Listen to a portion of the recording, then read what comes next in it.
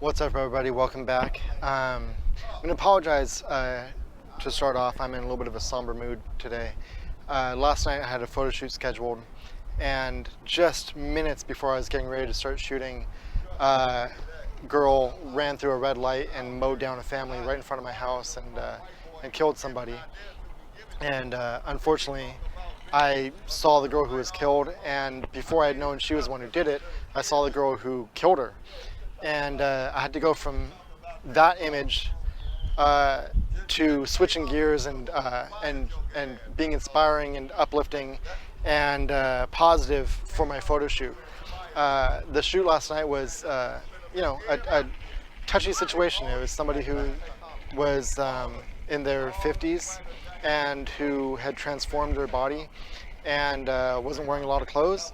And the type of energy you need to bring to that type of scene needs to be extraordinarily positive, over the top positive, to make them feel comfortable and safe and give the best of themselves for you. And I was able to do that. It took a lot out of me though, and I'm still sort of recovering from that today. There is a parallel between the woman who I shot last night and the girl whose photos I'm going to show you.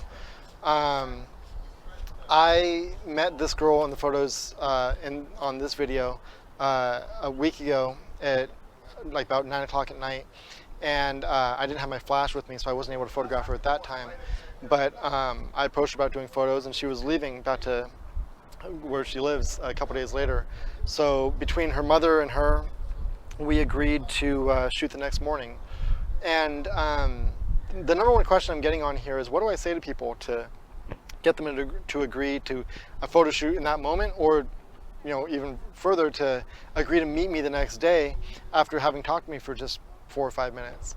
And all I can tell you is that the words are less important than the purity of your intention.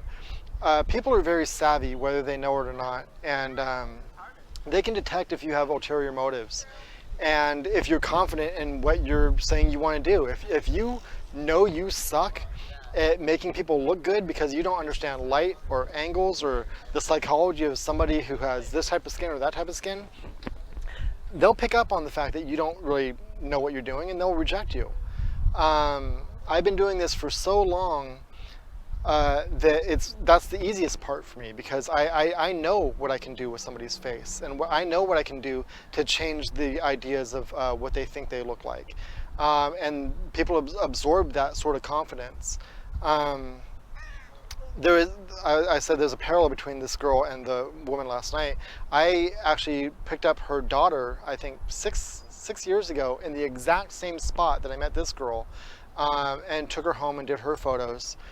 And because I was a gentleman that night, because I didn't take advantage of that situation, because I honored the trust that she gave me by being trustworthy, 6 years later, her mom has chosen to trust me also, rather than put out a hit on me for taking advantage of her daughter.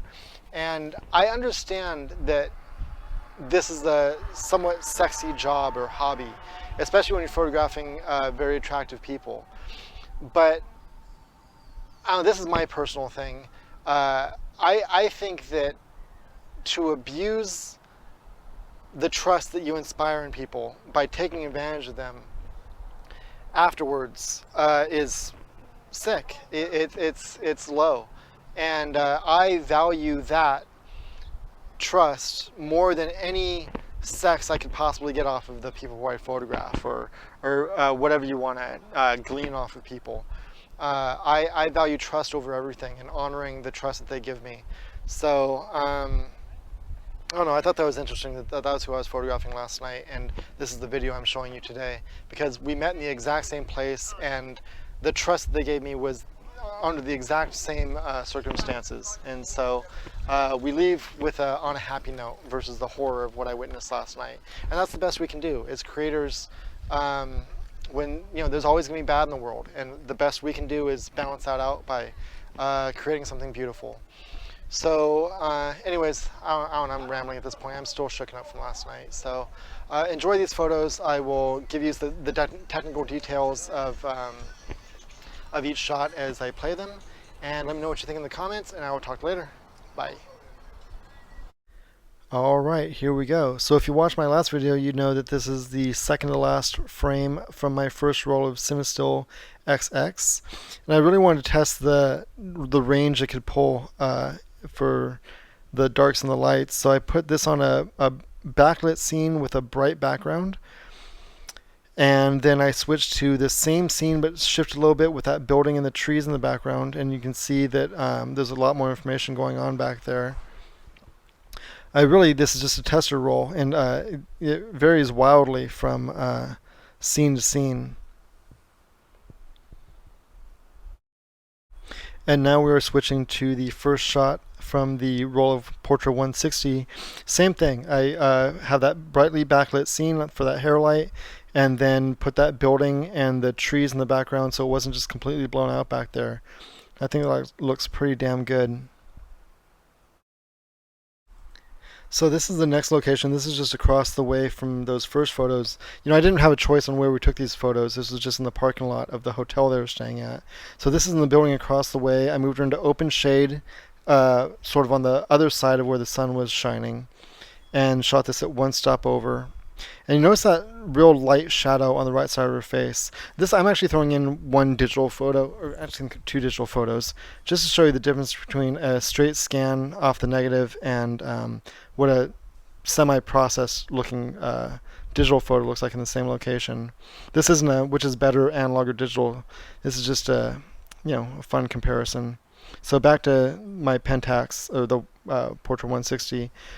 Notice how much lighter that shadow is on the side of her face when her face is turned slightly away from the wall versus when her face is turned towards the wall. That's a real interesting way to control the depth of the shadow.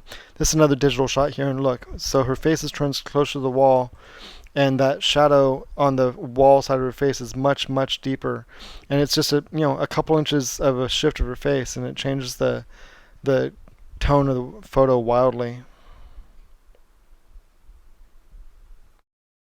So back to the Portra 160. I shot 3 frames in this location just because I was still kind of feeling her out. Working on expressions with her face. She had never been photographed before, so this was a first for her. So, and I knew the light in this location was really good, so I kind of stuck around here for 3 frames and then moved on. So now, again, this is a backlit situation, but without the hair light. The light from the sun is actually on her arm, not her hair. And the building in the back acts as that sort of buffer, so it's not all blown out back there. Again, this is one stop over, and just left right there. I shot, I think, 2 or 3 photos in this location too.